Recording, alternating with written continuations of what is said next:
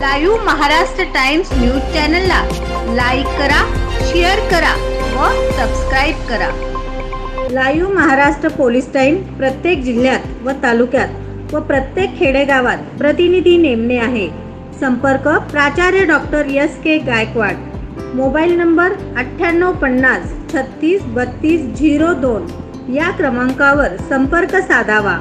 अन्यायाच्या विरोधात झगडणारे व न्यायाला वाचा फोडणारे, अन्यायावरती मात करणारे, अन्यायाला फुंकर घालणारे एकमेव लाईव्ह महाराष्ट्र पोलीस टाइम्स। सरकार मान्य प्रवेश देणे चालू आहे। Abhinav college of medical research education and engineering management Solapur या कॉलेजमध्ये विविध कोर्सेसना प्रवेश देणे चालू आहे। महालक्ष्मीनगर शासकीय ITI कॉलेजच्या पाठीमागे Vijapur road Solapur. Mobile number 9850 36 32 02। निवडणूक आयोगाने घोळ घातला। राष्ट्रवादी पक्ष फुटीनंतर पहिल्यांदाच राज्यात लोकसभेची निवडणूक झाली। यामध्ये निवडणूक आयोगाने शरद पवार गटाला तुतारी वाजवणारा माणूस हे चिन्ह दिले। त्यावरच पवार गटाने लोकसभेची निवडणूक लढवली।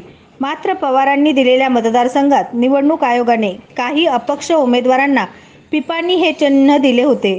त्यामुळे त्याचा पवार गटाला मोठा फटका बसला। तब्बल 4,14,000 मते तुतारी सदृश्य पिपाणी चिन्हाला मिळाली। यामध्ये बारामती मतदारसंघात सोयल शाह शेख 14,917 मते घेऊन चौथ्या क्रमांकावर राहिले। शिरूरमध्ये अपक्ष उमेदवार मनोहर वाडेकर 28,330 मते घेऊन ते तिसऱ्या क्रमांकावर राहिले। नगरमध्ये मोहन आळेकर 44,597 मते घेऊन तिसऱ्या क्रमांकावर राहिले। रावेरमध्ये एकनाथ साळुंके 43,982 मते घेऊन चौथ्या क्रमांकावर राहिले। वर्ध्यात मोहन रायकवर 20,795 मते घेऊन तिसऱ्या क्रमांकावर राहिले। तर दिंडोरी लोकसभा मतदारसंघात 1,03,632 मते घेऊन तिसऱ्या क्रमांकावर राहिले।